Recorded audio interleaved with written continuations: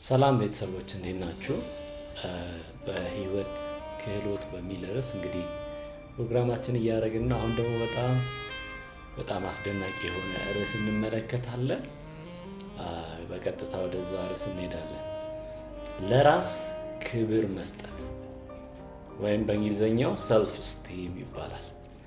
ሰው ለራሱ ክብርን ሊሰጥ ይገባል፣ ወይም ለራሱ ዋጋን ሊሰጥ፣ ለራሱ ቫልዩ ሊሰጥ ይገባዋል ማለት ነው። ይሄ በጣም ትልቁ የህይወት ክህሎት ነው። ምክንያቱም ከሰዎች ጋር ባለን ግንኙነት፣ ከሰዎች ጋር በሚኖረን የትኛውም አይነት ዲል፣ የቢዝነስ ዲል ሊሆን ይችላል፣ ሶሻል የሆነ ዲል ሊሆን ይችላል፣ በጣም ጠቃሚ የሆነ ሀሳብ ነው። በጣም ጠቃሚ የሆነ ርዕስ ነው ማለት ነው። ሰልፍ ስቲም ማለት ለራስ ያለን አክብሮት የሚያሳይ የራስ ባህሪ ነው። በእርግጥ ሰዎች ሰልፍ ስቲም ወይም ለራስ ያላቸው አክብሮት ሁሉም ሰው አለ፣ በመጠኑ ቢለያይም ማለት ነው። ሁሉም ሰው ራሱን ያከብራል ወይም የሚያከብርበት መጠን ቢለያይም፣ ነገር ግን ሰልፍ ስቲም ስንል ለራስ ያለን አክብሮት ከፍ ባለ ቁጥር ቅድም እንዳልኩት ከራሳችን ጋራ እንዴት እንደምንኖር፣ ከሰዎችም ጋራ እንዴት እንደምንኖር የሚለው የህይወታችንን ፓዝ የተሳለጠ ወይም ደግሞ የተቃና ያደርገዋል ማለት ነው።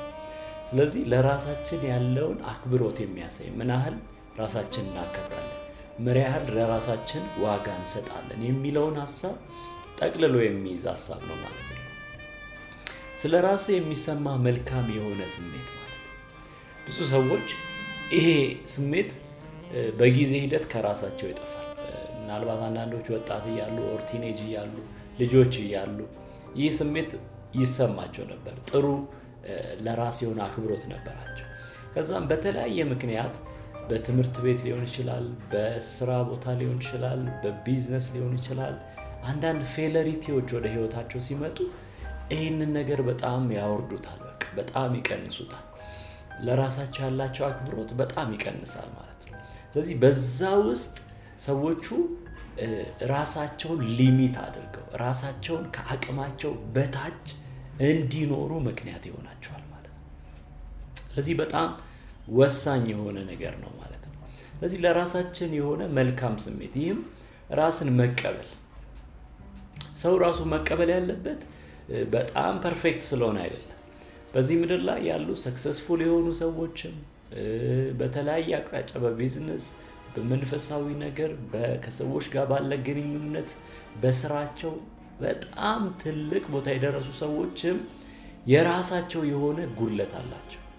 የታችኋል ራሳችንን የምንቀበለው ስላለን ፐርፌክሽን አይደለም። ሁሉም ሰው ድካም አለበት። ሁሉም ሰው የራሱ የሆነ ጉድለት አለበት። ነገር ግን ሰው ራሱ ከነጉድለቱ ሊቀበል ይገባል ማለት ነው። ስለዚህ ራሳችሁን ከነጉድለታችሁ የምትቀበሉ ከሆነ ለራሳችሁ ያለው ግምት ወይም ለራሳችሁ ያላችሁ አክብሮት መጨመር ይጀምራል ማለት ነው። ሁለተኛ ጥንካሬን ማመን። ይህ ማለት ሁሉም ሰው ውስጥ የተለየ መልካም ነገር እንዳለ መረዳት። አንዱ ጋር የሌለ ነገር ሌላ ሰው ጋር እንዳለ፣ አንዱ ጋር ያለ ደግሞ ሌላ ሰው ጋር እንደሌለ ያንን በመረዳት እኛ ውስጥ እያንዳንዳችን ውስጥ አንተ ውስጥ አንቺ ውስጥ ጥንካሬ እንዳለ ማመን አለብን። ምንድነው ጥንካሬያችን? አንደኛ ማወቅ ያስፈልጋል ያንን ጥንካሬ ማለት ነው። ስለዚህ ያንን ደግሞ አምኖ መቀበል፣ ይሄ የኔ ጥንካሬ ነው ብሎ አምኖ መቀበል። በዚህ ጉዳይ ላይ በደንብ ብሰራ ራሴን መለወጥ፣ ራሴን ማሻሻል እችላለሁ ብለን የምናምንበት የህይወታችን ክፍል ሊኖር ይገባል። ባህሪ ሊሆን ይችላል፣ ክህሎት ሊሆን ይችላል፣ የተለያየ ነገር ሪሶርስም ሊሆን ይችላል ምናልባት። ስለዚህ ያለንን ጥንካሬ ማመን መቻል አለብን ማለት ነው። ይሄ ለራሳችን ያለንን አክብሮት ከፍ እንዲል በጣም ትልቅ ፊውል የሚሆን ነገር ነው። ሁለተኛ ድካምን መረዳት። ሰዎች ድካማቸውን ስለማይረዱ ነው ብዙ ጊዜ ለራሳቸው ያላቸው አክብሮት ዝቅ የሚሉ። ድካማችንን የምንረዳ ከሆነ ግን በሁኔታዎች ውስጥ ምን መመለስ እንደሚገባ በሁኔታዎች ውስጥ የኛ ሪስፖንድ ምን መሆን እንዳለበት ስለሚገባን ለራሳችን ያለን አክብሮት አይወርድብን። ይሄ ነገር የኔ ችግር ነው፣ ይሄ ነገር የኔ ድካም ነው ብለን የምንላቸው ነገሮች በትክክል ግልጽ ሆነው ሊቀመጡልን ይገባል። አንዳንዴ ድካማችን የቱ ጋር እንደሆነ ስለማናቅ እዚህ ቦታ ላይ ፌል እንዳላረግ ብለን ስናስብ ምን እንደሆነ ፌል የሚያደርገን ጉዳይ አናውቀውም።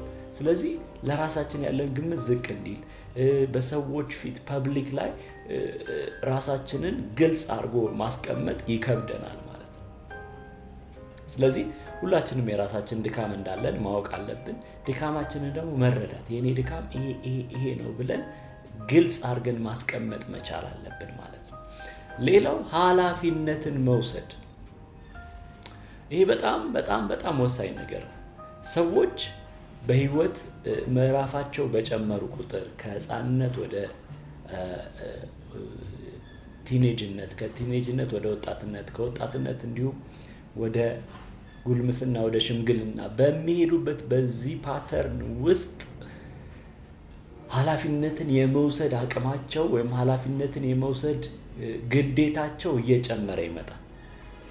ስለዚህ ኃላፊነትን መውሰድ በጀመርን ቁጥር ወይም በጨመርን ቁጥር ለራሳችን ያለን አክብሮት በዛው ልክ እየተስተካከለ ይመጣል ማለት ነው። ስለዚህ ኃላፊነትን መውሰድ በጣም ወሳኝ ነገር ነው። አንወስድም ብንል እንኳን ወደ ኋላ እንቀራለን እንጂ ህይወት በእኛ ላይ ይለወጥብናል።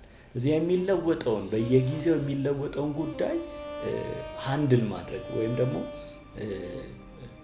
መያዝ መቻል ወይም የኛ ማድረግ ወይም ደግሞ ለኛ እንዲሰራ ማድረግ ግዴታችን ነው ማለት ነው። ስለዚህ ኃላፊነትን መውሰድ አንዱ ለራሳችንን የምንሰጠውን ክብር እንዲጨምር ያደርገዋል ማለት ነው። እነዚህ ነገሮች በትክክል ከተረዳ ራሳችንን ከተቀበልን ጥንካሬያችንን ካመንን ድክመታችንን ካመንን ኃላፊነትን መውሰድ ከቻልን ለራሳችን የምንሰጠው ክብር በዛው ልክ እነዚህን ባደረግንበት መጠን ከፍ ይላል ማለት ነው። ስለዚህ በጣም አስፈላጊ ነው ማለት ነው። ምናልባት ለራስ ክብር መስጠት ከአስተዳደግ ጋር ይያያዛል። ምክንያቱም በደንብ መስራት እንደሚችል እየተነገረው ያደገ አንድ ህፃን ልጅና ምንም ትርጉም እንደሌለው አቅም እንደሌለው ዝም ብለህ እኮ ነው ያለከው ተብሎ ያደገ ሰው እኩል የሆነ ሰልፍ ስቲም ወይም ለራሳቸው ክብር መስጠት አይኖራቸውም ማለት ነው። ስለዚህ ወላጆች በዚህ ጉዳይ ላይ በዚህ በራስ የሚተማመን ወይም በራስ መተማመን ሳይሆን ለራስ ክብርን በመስጠት የሚያድግን ሰው ከመፍጠር አንጻር ወላጆች ትልቅ ኃላፊነት አለባችሁ ማለት ነው። በዚህ ሰዓት ወላጆች የሆናችሁ ምናልባት ልጆችን አሁን አዳዲስ የወለዳችሁ ሊሆን ይችላል፣ ወር ደግሞ እያደጉ ያሉ ልጆች ያሏችሁ ሊሆን ይችላል፣ ምናልባትም ቲኔጅ ላይ ያሉ ልጆች ያሏችሁ ሊሆን ይችላል። ከዚህ ሰዓት ጀምሮ በልጆቻችሁ ላይ የምትናገሩትን ቃላት በጣም በጥንቃቄ ልታደርጓቸው ይገባል። ምክንያቱም የምንናገራቸው በተለይ እርሊ በሆነው ጊዜ በህፃንነታቸው ወራት በልጅነታቸው ወራት የምንናገርባቸው ቃላት አይምሯቸውን የመቅረጽ አቅም አላቸው። ስለዚህ በቀጥታ ከአስተዳደር ጋር የሚገናኝ ሲሆን ቤተሰብና አካባቢ ከፍተኛ የሆነ አስተዋጽኦ አላቸው። ያ ሰው ያ ልጅ በአካባቢው ላይ ወይም በቤተሰብ ውስጥ ምንም ትርጉም እንደሌለው አንተ እኮ ዝም ብለህ ነው እየተባለ ሲያድግና በአካባቢውና ደግሞ በቤተሰብ ውስጥ በጣም ተወዳጅነት ኖሮት በጣም ትልቅ ነገር እንደሚሰራ እየተነገረው ያደገ ሁለት ልጆች እኩል የሆነ ለራስ የሆነ አክብሮት አይኖራቸውም ማለት ነው። ስለዚህ በዚህ አቅጣጫ በጣም ልንጠነቀቅ ይገባል። በተለይ ቤተሰቦች ሁላችንም። ምክንያቱም በአካባቢያችን ያሉ ልጆች ምናልባት ነገ ላይ ትልቅ ቦታ ላይ የሚደርሱ አቅም ያላቸው ልጆች ሆነው ሳለ በእኛ ንግግር በእኛ አላስፈላጊ ቃላት ወደ ታች ወርደው ራሳቸውን ዝቅ አድርገው እንዲያዩ ማድረግ በጭራሽ የለብንም ማለት ነው። ስለዚህ በመጀመሪያ በዋነኝነት ቤተሰብ ምክንያቱም ልጆች ከአካባቢያቸው ከጎረቤታቸው ጓደኞቻቸው በፊት የሚያውቋቸውና የሚሰሟቸው ቤተሰቦቻቸው። ስለዚህ ቤተሰብ በጣም ትልቁን ፐርሰንቴጅ ወይም ትልቁን ኃላፊነት ይወስዳል ማለት ነው። ስለዚህ ቤተሰብ ልጆችን ሲያሳድግ በዚህ አቅጣጫ እየመከረ በዚህ አቅጣጫ እያስተማረ ሊያሳድግ ይገባል ማለት ነው። ልጆች ሰልፍ ስቲማቸውን ቢልድ እንዲያደርጉ ወይም ለራስ ያላቸው ክብር ከፍ እያለ እንዲመጣ እንዲያደርጉ፣ ኃላፊነትን እንዲወስዱ፣ ድካማቸውን እንዲረዱ፣ ጥንካሬያቸውን ደግሞ እንዲረዱ። ብዙ ሰው ጥንካሬውን አይረዳም። ምክንያቱም ልጅ እያለ በጣም የሆነ ነገር ላይ ጎበዝ ይሆንና ያ ነገር አይነገረውም። ሰው በዛ አቅጣጫ ምንም ነገር ለማድረግ አያስብም ማለት ነው። ስለዚህ ጥንካሬው አንድ ሰው መነገር አለበት፣ በተለይ ልጅ እያለ ማለት ነው። ስለዚህ ጥንካሬውን በነገርነው ቁጥር በዛ አቅጣጫ ራሱን እያሳደገ በዛ አቅጣጫ ራሱን ሼፕ እያደረገ ወደፊት ትልቅ የሆነ ቦታ ላይ በዛ ስፔሲፊክ የሆነ ዳይሬክሽን ሊደርስ ይችላል ማለት ነው።